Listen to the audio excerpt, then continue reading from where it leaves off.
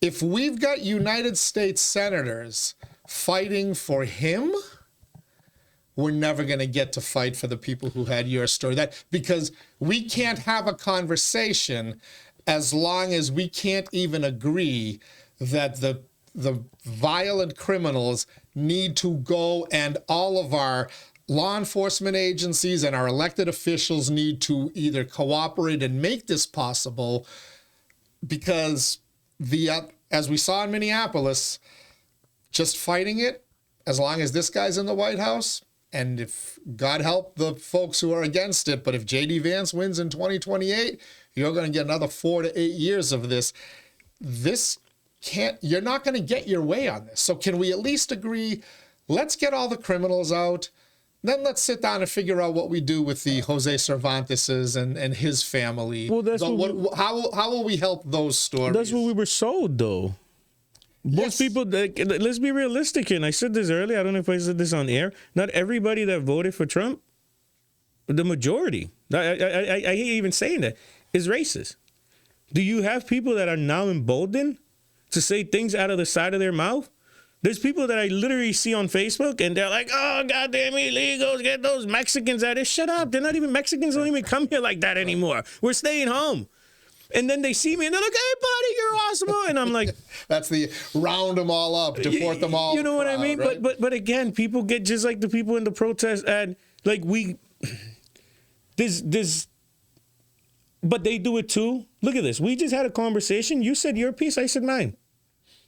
When you play it back, you'll see it wasn't like me sitting here grandstanding for you, if anything, but we were able to have a conversation. I heard your side, you heard mine. You can't, and this is what people do. So what they'll do is they'll say, oh, yeah, but, you know, we were supposed to take out the criminals, but now it's literally become more of a Latinos, because that's all we talk about. We don't talk about the white people that are here, and I get it; it's a small amount, but we don't talk about that. I'd be curious to see the breakdown of the folks who have been deported. I would too, but for the most part, let's be honest, the rhetoric is those damn brown people. You know what I mean?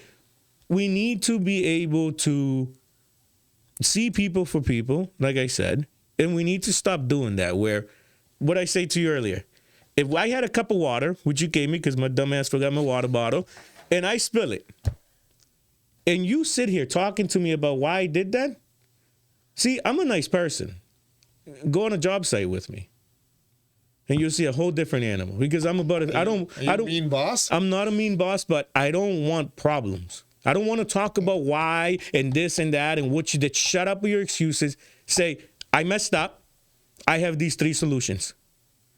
I'm happy with you. Even though you messed up, you'll see a big smile on my face. You come up to me, I messed up, but you know what happened is that you told... Shut up. I'm about solutions. So when we start talking about what you're talking about now, it'll be, yeah, but blah, blah, blah, all this other stuff. No, focus on one problem at a time.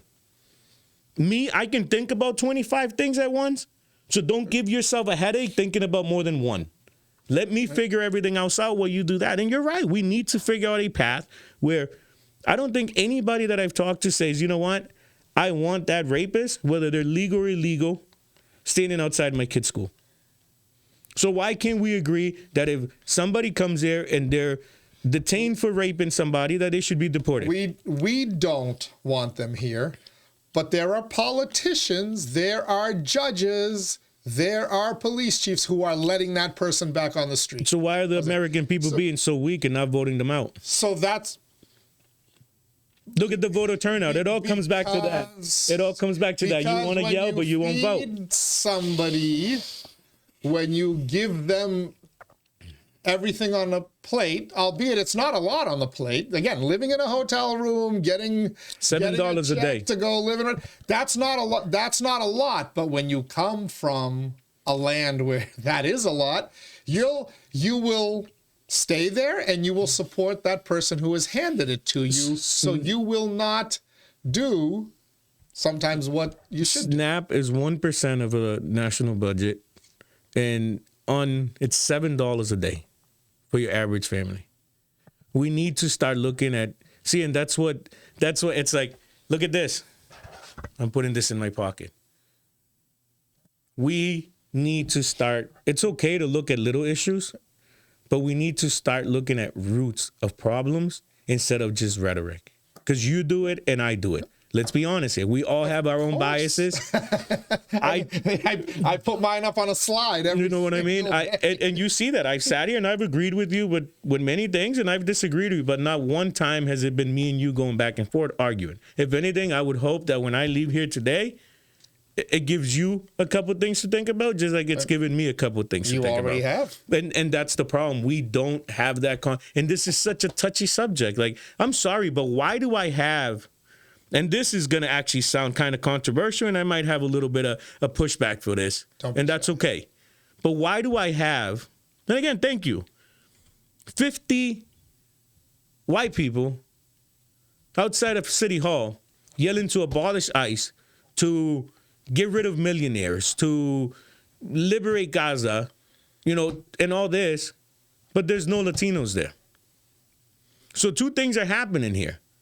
We don't believe in what you're trying to do, or B, we're too afraid. And I don't think we're too afraid, because we showed that at Rodney Elliott's event. We showed that at City Hall that day on Tuesday when all the Latinos were upstairs. So again, thank you, but why don't you come and call me? I know you have my number. Reach out to me. I know you know how. I'm very accessible. Let's sit down and have a conversation. And you know what? You've asked me before, I'd speak at your rally, but we got to speak about actual issues and the right thing, not about getting people worked up to start a revolution and fight and all that. How do we have a conversation about elected officials that are actually going to push for immigration reform over abolishing ICE? Why don't we write letters to the legislator about actually pushing? You know, they just had a meeting with Lori Trahan to try to get, I think yesterday, Monday or whatever, Tuesday, about having her put in legislation to abolish ICE. Let's have a conversation with her about what we can do, like you said, at a state level to actually help these communities. Instead of getting them, try to get them food stamps, let's try to get them work permits. Let's try to get them jobs. How about we do that? That's how you help people. Because I know many people in my community, if you offer them a handout or you offer them a job, they're going to take that job every day, every goddamn day. Because this misconception of these immigrants, these Mexicans are coming out here to live off of you, that makes me angry. Come on a job site with me for 2 hours. You'll be sore for a week. Offer the job. Maybe we can talk about what to do with those who don't want to take the job, and you know, is there a place for them in America? And but again, there are discussions that can be had and should be had. I fear they're not, because we currently can't even come together on getting that rapist out of here. And until we are, the guy who holds the purse strings in D.C. and that 47% of Latinos voted for. Yeah.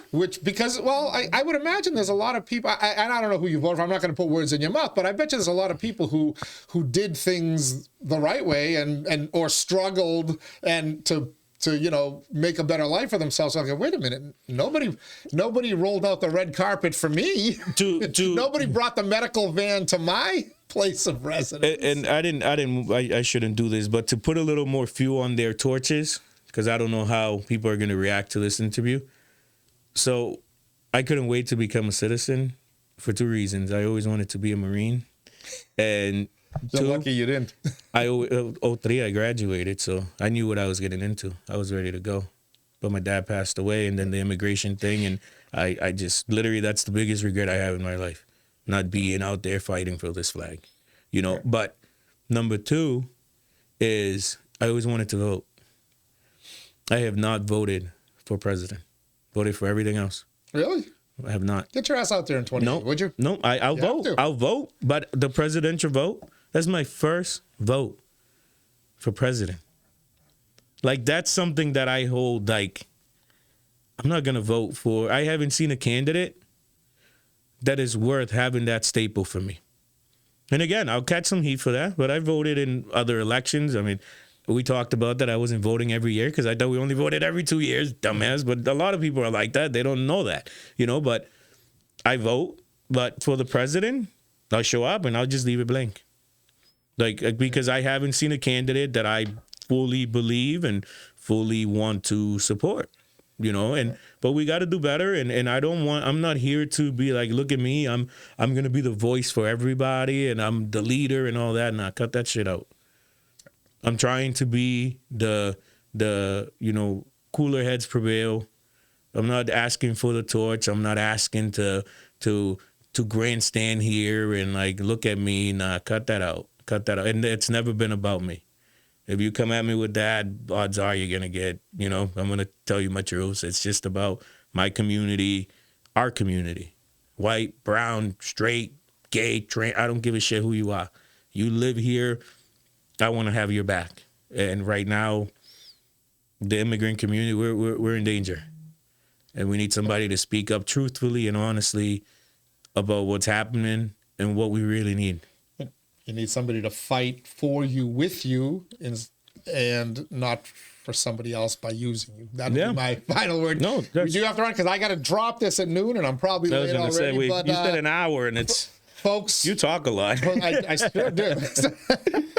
Jose Cervantes, as always, thank you for sharing your story. Thank you for giving us a kind of a firsthand account of what went on that we were all kind of hearing the background of on our TVs and whatnot. And thanks for sitting down and having a discussion and maybe showing that while we disagree on a bunch of things, there's common ground there. There always is. That we can find. If we can just settle on the first bit of common ground instead of trying to fix it all at once. If we just fix one thing at a time, like in football, you get a few first downs. You don't always hit that long touchdown pass. Exactly. It's always about that first down. Like I said to you, stop complaining about why that cop got knocked over. Get some goddamn paper towels. Keep it moving. You know what I mean? One day at a time. That's all we can do. Jose, thank you. Always good to talk, my friend. You take care, man. All right. Thank you to Jose Cervantes for joining us. Thank you for joining us. Lengthy discussion there. We hit the hour 20 mark. I never even got around to our other podcast sponsors, but you see all their logos on your screen there. Thanks to Jose. Thanks to you for tuning in. Hopefully learned a little something from the discussion out there, and hopefully now you know a little bit about who you're protesting with and who you should be fighting with instead of, or fighting for instead of with. All right. Tomorrow, the Daily Pulse will go live at 10 a.m. We'll have the hyphen, Michaela Hondras-McCarthy, here with us. The fabulous Lindsay returns from her southern excursion. She'll be tanned, rested, and ready to give me a hard time. I'm certainly looking forward to that. We missed her here on the Daily Pulse. It's the show that keeps its finger on the pulse of Lowell and the world around it. Today, hell, we went to China for you. Saved you a ton of travel. Till next time, everybody, please stay safe. Enjoy this really nice day before the harsh, cold, and snowy weather comes in. I'll see you on the other side.